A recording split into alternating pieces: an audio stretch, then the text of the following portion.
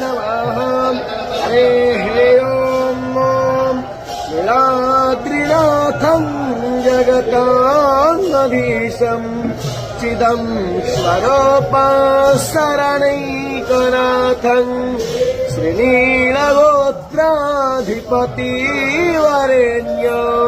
सुरेन्द्रवन्द्यं प्रणतोऽस्मि नित्यं शङ्खचक्रं सकिरीटकुण्डलं सपीतवस्त्रं शरसीरुभक्षणं